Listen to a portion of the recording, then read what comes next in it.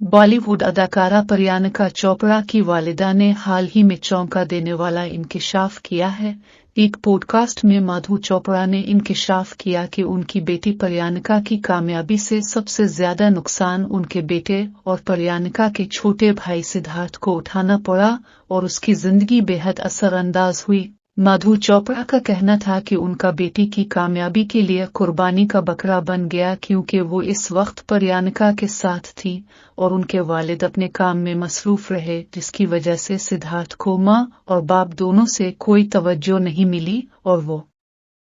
अकेला ही सब कुछ करता रहा और खुद से बड़ा हुआ। मधु का कहना था कि मेरे दोनों ही बच्चे बहुत बेहतरीन इंसान हैं और मुझसे बहुत प्यार करते हैं, ताहम अपने बेटे को हर रोज जिदोजहद करता देखकर मुझे दुख भी होता है कि मैं उसे कभी वक्त नहीं दे सकी। याद रहे कि ख्याल रहे कि प्रियंका चोपड़ा के भाई सिद्धार्थ चोपड़ा ने हाल ही में 2019 में वो इश्तिया कुमार से की हुई मंगनी तोड़ने के बाद दूसरी मंगनी की है, जबकि प्रियंका हॉलीवुड के गुलकार और अदाकारी निक जॉनसन के साथ रिश्ता इज़्दिवाज में मुंसलिक है, जिनसे उनकी एक बेटी भी है।